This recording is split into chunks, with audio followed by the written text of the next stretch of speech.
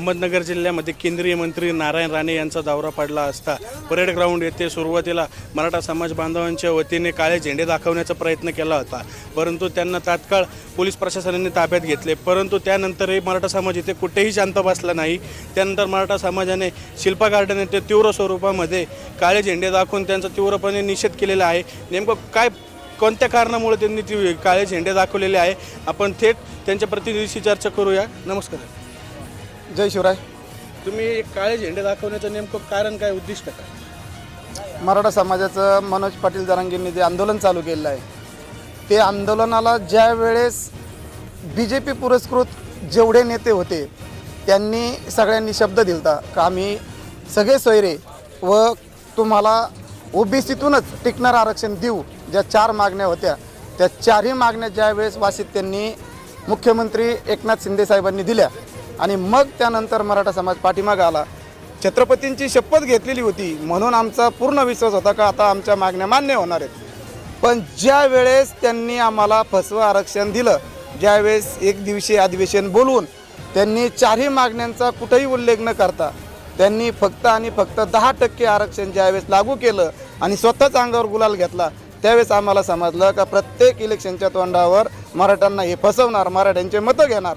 पण आता आम्ही फसणार नाहीत। 20 वर्ष जो आम्हाला अनुभव आला आहे त्या अनुभवातून आम्हाला एक माहिती आहे का OBCतूनच आरक्षण भेटणार आहे। आणि त्यानंतर आम्ही हे आंदोलन पुन्हा चालू केले। जे फडणवीस पुरस्कृत असतील, फडणवीसांना बाप मानत असतील, ते जे बी नेते मराठा समाज त्यांना विरोध करणार हे मात्र त्यांनी लक्षात ठेवायचं।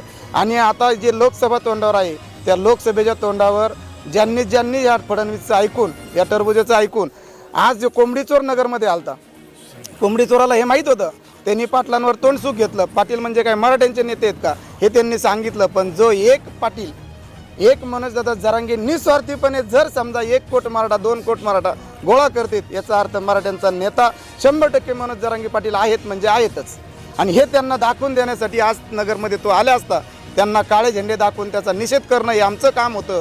का एक मराठा जरी लढत असला तर बाकीच्यांनी बी आपलं आंदोलन चालू ठेवायचं असतं आणि या माध्यमातून त्यांना लोकसभेचं प्रत्युत्तर म्हणून आज काळे झेंडे आम्ही दाखवलेले आहेत। निश्चितच जर यानंतरही तुमची मागणी लवकर पूर्ण नाही झाली तर तुमची पुढची भूमिका काय राहणार? जर यांनी आचारसंहिता लागायच्या आत पण आज जर समजा यांनी हे लक्षात नाही घेतलं मराठा समाजाचं आंदोलन, तर 100% यांना ह्या येणाऱ्या लोकसभेत यांना आम्ही धूळ चारल्याशिवाय राहणार नाहीत। मग ते पुरस्कृत BJPत तिन्ही पक्ष एकत्र जरी आले तर तिन्ही पक्षाला विरोध करणार। आणि ज्या पक्षांनी आतापर्यंत मराठा समाजाची अवहेलना केली, मग ते राष्ट्रवादी असो, ते उद्धव ठाकरे सरकार असो आणि बाकीचे कोणते पण पक्ष असो, ह्या पक्षांना आता जागा दाखवल्याशिवाय मराठा समाज शांत बसणार नाही। निश्चितच मराठा समाज आता कुठल्याही प्रकारे शांत बसणार नाही आहे। लोकसभेमध्ये येणाऱ्या लोकसभा निवडणुकांमध्ये त्यांना मराठा समाज संपूर्ण राजकारण्यानं धूळ चालण्याशिवाय थांबणार नाही आहे। प्रतिनिधी मोहसिन खानसह अनिकेत गवळी, न्यूज 24 अहमदनगर।